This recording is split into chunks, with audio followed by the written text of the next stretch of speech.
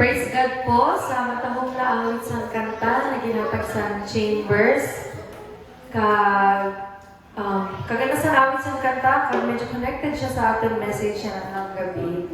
So before naton tunaan na naton short message na nakagabi yun, ma-pray po anin kita. Duko natin natin mga ulo. Our Heavenly Father in heaven, Lord, thank you for bringing us to church tonight to worship and praise your name and to learn and to be educated about the Bible once again. Please help us to focus on your words tonight and help me to be filled with the Holy Spirit so Jesus Christ will be seen in the message and not myself. Thank you, Lord, for hearing our prayer. In Jesus' name I pray. Amen. So, sa nakagabihon, alaton itatakel kay about sa being an example naton sa aton mga fellow believers. So, ang title is Be an Example to Fellow Believers. So, di ba napansin natin ang sabi din to fellow believers, dili to unbelievers. So, maramatan yan, kay, ang focus sa ating message is maging example kita sa ating fellow believers. So, kapwa natin believers, anay. Dili anay didigin, takel, kay kung paano maging example sa mga unbelievers. So, nga atin na ma-araman later. So, ang aton memory text, yung nakagabihon, if ikaw nga mo mga Bible, pwede nyo i-open sa 1 Timothy chapter 4, verse 12. 1 Timothy chapter 4, verse 12.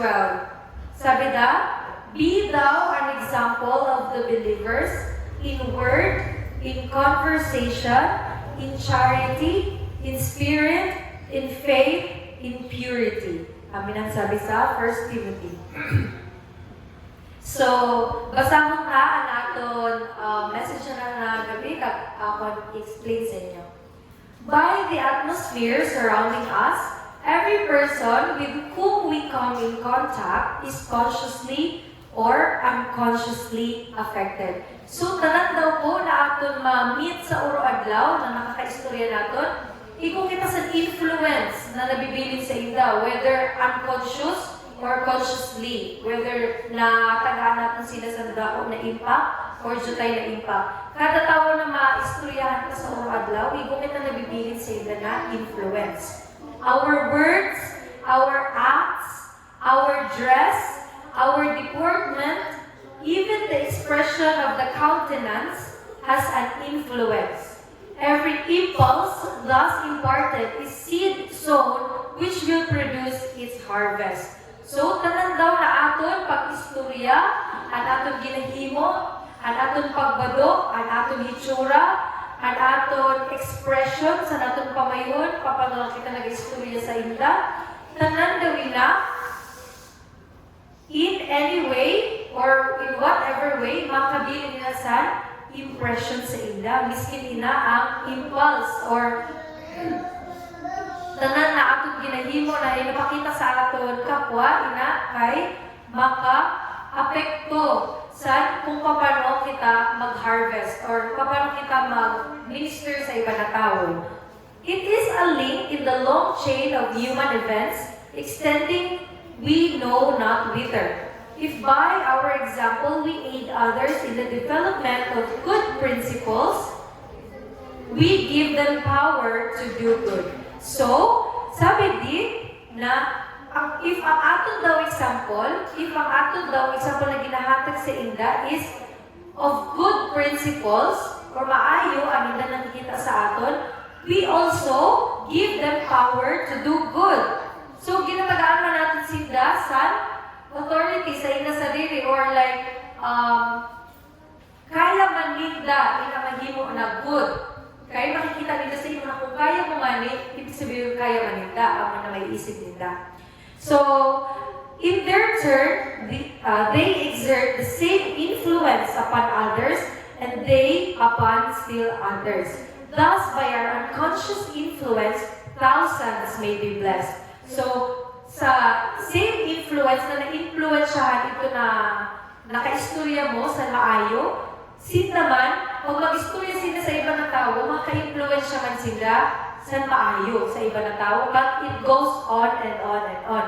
So unconsciously, kaya sabi nga ni kanina, we can affect other people consciously or unconsciously sa influence na ginhatag natin sa sa example na nakikita nila sa aton.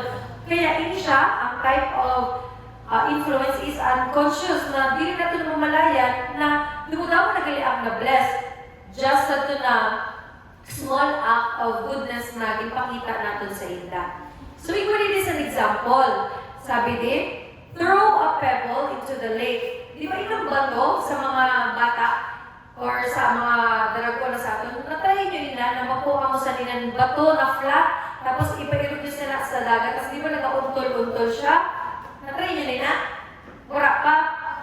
O, if natry nyo nila, makarelate ka mo, di ba? Sabi di, throw a pebble, na bato, itapon mo daw sa lake, and a wave is formed. Di ba, nag-bounce siya? Tapos, naging bounce niya, naghihimoy na sa wave. And another. As it bounces, naghihimo siya sa wave. And they increase or decrease? Nagadako ang wave or naga-jutay?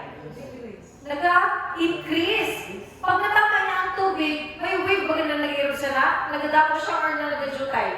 Nagadako. Siyempre, pag matama niya ang tubig, nag-irog siya na, nagadako siya. Hindi siya naga-jutay, di ba?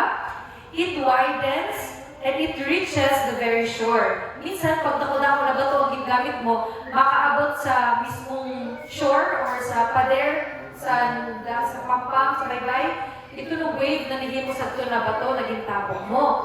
So, with our influence, beyond our knowledge or control, it tells upon others in blessing or in cursing. So, ako nga daw nakita. Kita itong bagang pebble, kita itong bagang bato na gintapok natin sa lake. Kita ito ang bato na gintapok sa lake na kita, adi makita sa church, adi kita sa aton fellow believers, gibutang kita ni Jesus Christ, dito sa aton fellow believers, na pare sa itong bato, pag matama mo ang tubig, dapat mag-grow ani mo influence, mag-set ka sa good example para ito na nag-grow na imo influence is maayo. Kaya ito gali na influence, ito baga na bato, pag tama niya sa tubig, nagadako siya nagadako, hindi siya nagadjutay, nagawada ko siya nagadako, it widens, it increases, hindi siya nagagamay. So, same thing sa aton. Kaya kung nag-istorya kita sa aton kapwa, nag-istorya kita sa aton fellow believers, ina na pamatian nila sa aton, ina na nakita nila sa aton example, amo pa nila ang inda mahihimo pakato sa iba na tao, amo man nila ang inda ma-impart pakato sa iba na tao. So, beyond our knowledge or our control, it tells upon others in blessing or cursing. So, depende daw sa example na ihatag natin sa aton kapwa, sa aton fellow believers, amin na ang mag-determine kung ikaw, blessing sa inda, kag sila maging blessing man sa iba na tao. Kung ikaw, paramuda, ano mo ka-istoryahan, maparamuda man. Tapos, pag istorya niya sa iba, maparamuda man siya. Di ba? Ano, spread mo. Goodness? Goodness by God or dili? O, dili. Di ba? So, amo daw na. And, sabi din, the wider the sphere of our influence, the more good we may do. So, habang daw na nagadakoan na aton influence sa other people, dapat daw, the more good ang dapat naton mahimo. The more good na ila dapat makita sa aton. With those who profess to serve God, follow Christ's example, practicing the principles of the law in their daily life, when every act bears witness that they love God supremely and their neighbor as themselves, then will the church have power to move the world. So, ang sabi din, na naman daw ito na example. Hindi ba, ginapasabi ko kanina, dapat maging good example kita sa aton fellow na mga katigsuunan. Na naman daw ito na example. Ito na example is Christ's example. Na naman daw si Jesus. Si Jesus, He is love, He is gentle, di ba? He is patient. Pag nag-istorya siya sa mga tao, nagamuda ba? si Jesus? Dili, di ba? So, kung mag-istorya mo kita sa ibang na tao, dapat maging parehas kita kay Jesus. Aton daw, i-mirror or aton i-reflect ako galing ni Jesus sa aton, na para hindi naman na tao, mag-reflect sa din daw galing pa kato sa aton. Ikuha ko sa nusad na story na i-share sa inyo. Ikuha sa nusad na doctor, ikaw sa nusad na doctor, nag-ikuha sa mag-iloy. Sabi sa mama, gintaman niya niya anak na bata, na lalaki, pakato sa doktor. Sabi sa mama, Dok, inin ako na anak, Dok, kay siging kaon sa candy. Na naman maayos na ni, sabi naman ni siya, kaya hindi siya nagatuod sa ako na ang sugar, ang candies, bad para sa iya, pag sa iya teeth. Na naman maayos na ni, sabi mo nga ni sa iya, Dok, nahal sa imo, kaya hindi siya nagatuod sa akon. Tapos, sabi sa doktor sa to sa mama, okay, sige, magbalik ka mo after 2 weeks. Tapos sabi sa, bakit ma-confused, ginlipong ito mama, sabi niya, ano kay 2 weeks pa? Gusto ko yanap na. Sabi mo sa doktor, hindi, magbalik ka mo after 2 weeks. Kaya sabihin ko sa imo anak, na mag-udong na siya pagkaon sa sugar, kaya hindi na maayo para sa iya health, kag sa iya ngipon. Tapos sabi ko, na-confuse ang mama, pero nagsunod siya sa doktor. So nag-ulit sinda. Tapos after 2 weeks, nagbalik sinda, pakato sa doktor. Tapos sabi sa mama, Dok, atin na kami, nagbalik na kami. Kami itong sabihan mo na magbalik after 2 weeks. Tapos sabi sa doktor, okay, hay manang imo anak. Tapos nagkatuli anak sa doktor. Sabi sa doktor sa iya anak, Noy, dili ka na magkaon sa sugar kay bali na sa imo health, kag bali na sa imo ngipon. Tapos sabi sa mama, ako ba nagkalitong sabihin mo, naman kay pabalik mo pa kami after 2 weeks? Ako ba nagkalitong sabihin mo? Sabi sa doktor sa mama, pabalik ko mo after 2 weeks, kay 2 weeks ago, ako, para kaon man ako sa candy, para kaon man ako sa sugar. Yan na, after 2 weeks, ginudong ko na ito. Kaya para masabi ko sa imo anak, na hindi maayo magkaon sa candy kag sugar. So, yun sana, sabi sa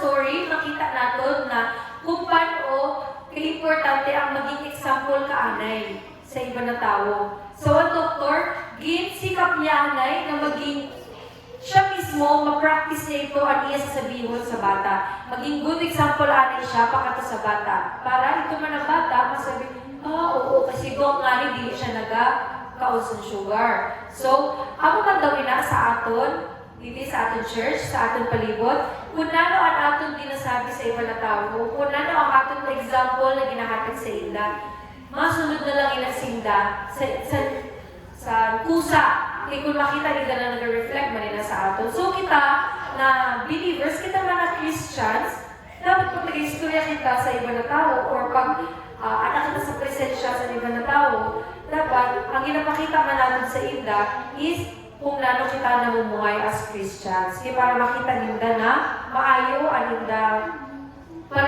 example na hindi makita sa aton. Kaya di ba, for example, maglabas ka nila sa kalsada, tapos Adventist ka, tapos nag-inom ka, nag-sigarilyo, tapos pag-agi mo rin sa mga amigo mo na gusto mo mag-share sa ila sa message, masabi ka sa ila, pre, din ka na mag-inom, din ka na mag-sigarilyo. Sa tingin niya matuod sila sa imo? Dili, di ba? Kaya ikaw mismo nag-inom ka, pag nag-sigarilyo ka, dili mo dili nakikita sa imo buhay ang example na ginasabi. So, ako daw na siya, sabi din, if young men make their model an exalted one, having pure morals and firm principles, and if blended with this are affability and true Christian courtesy, there is a refined perfection to the character which will win its way anywhere, and a powerful influence will be wielded in favor of virtue, temperance, and righteousness. So, hindi daw na example na ginapakita ka sa ating kapwa, hindi lang hindi sa ating mga mama, magpapa, sa mga elders, sa church. Di ba? Hindi lang hindi sa atin, sa mga mas kurang sa atin. Kailangan mga bata, dili gali pwede maghatag sa example? Pwede, di ba? Ikaw nga ni si Prince, ang kanta dati, saan bata pa siya, nang nga dito ba? Ito, I don't have to wait until I'm grown up. Like, dili ko kailangan magulat hanggang ako maging dako na. Kaya ako mismo, na bata pa ako, I can give an example to other people.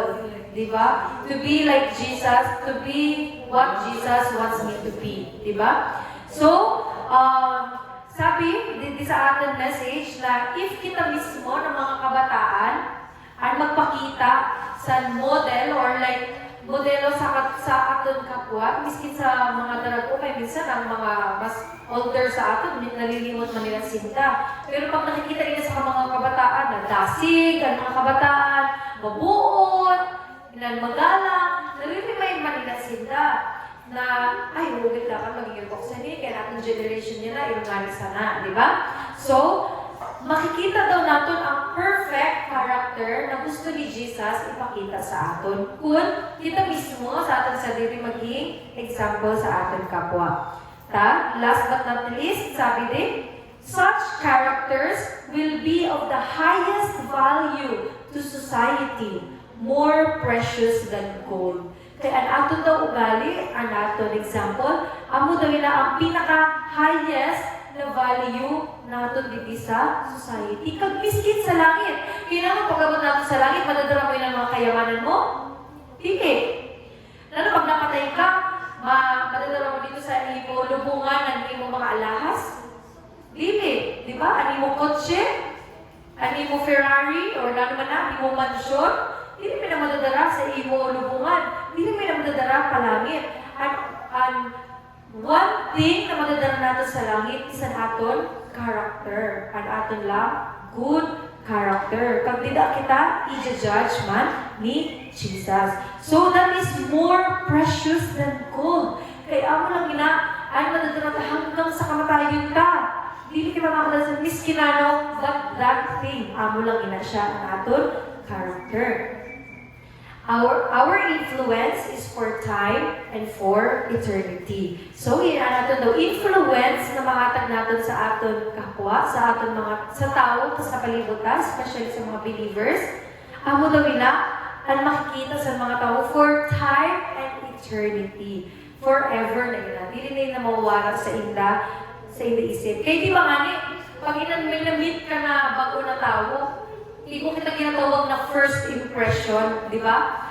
Usually, na first impression, it lasts. Kung paano mo siya nakita sa first time, usually, amin ang pagkita mo sa iya, unless na lang maging close gayud ka mo. So, amin na siya ang makikita. Dayon, first thing na makikita mo sa tao, pag ang nagadugay na nakikita mo sa tao is ang character. Amin na ang influence na nakikita sa iba na tao sa aton. So, we should, ang ating message na nagabi, nag-remind sa aton na we should exert the right influence. Na naman, na-influence, dapat na aton ipakita sa aton kapwa ang right influence, dili ang bad influence. Okay? As Christians, inapakato sa aton fellow believers. So, amo lang po ang aton message na nakagabihon. Happy Sabbath po.